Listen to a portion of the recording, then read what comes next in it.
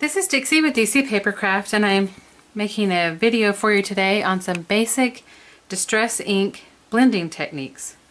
And I forgot to turn on some lights. That's better.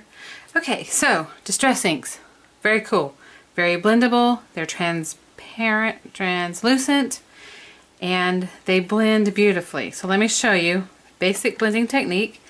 I like to start with my lightest color, and this is an ink blending tool and a foam, not felt. Foam is for ink, felt is for alcohol inks.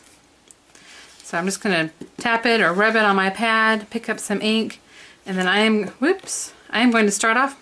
See, I've already made a mistake. I'm going to start off of my mat and come onto my mat using circular motions. So start out here, and you avoid those harsh lines that are almost impossible to blend away. Let me show you what I mean. No matter how much I blend that, I've got these harsh lines in there. So if you come to your pad and start here and start blending, you've got a rectangle that you just can't get rid of. So we want to start off of our tag on the mat and come in a circular motion. So there's mustard seed. I'm just going to trade out foam and go to broken china. Again, I'm going to start off. I'm going to come in and blend it. I want some broken china down here, but I also want to blend it into the yellow and get green. They layer on top of each other. When they're wet, instead of layering, they blend, and so you really get some good new colors out of it. Okay, and maybe I'll bring a little bit up here. That's broken china. And then fired brick. Red, yellow, and blue.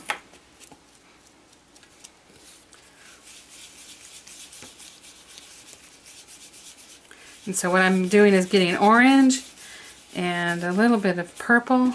Bring it down here.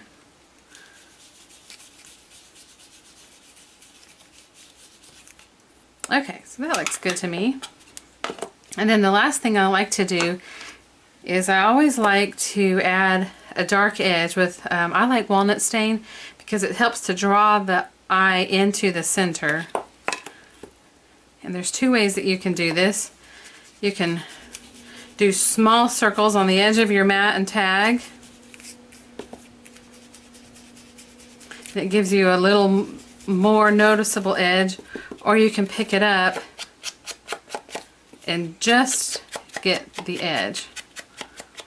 You see the difference? Here's the one that I just did the edge, and the rest of it's the circles. Okay, so here's my tag. Pretty smooth blending, not a lot of lines. Your colors kind of fade in and out of each other. Now let's talk about water. If I want to add water to this, distress inks are meant to be very reactive with water, and it is one of the biggest differences between this brand of dye ink and all the others on the market. So I'm going to take a water bottle and I'm going to do a technique called Spritz and Flick. And the key to getting good results with this is to spritz the water here in your hand, let it pool here, and then flick it off the end of your fingers. That way you get droplets of water and not globs of water. Don't want globs of water, you want droplets of water. Let me show you how that's on there. And as the water sits on the ink, it pushes it out and it gives you kind of a bleaching effect. So you start to pick up a lot of texture. The longer you let it sit there, the more it bleaches out. So I'm going to start drying it using the Heat It tool by Ranger.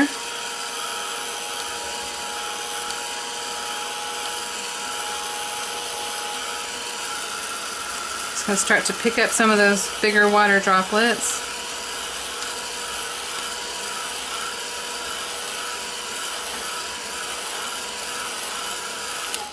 And if I wanted to, I could continue with that technique till I like what I've got here. So go play and have fun with your inks.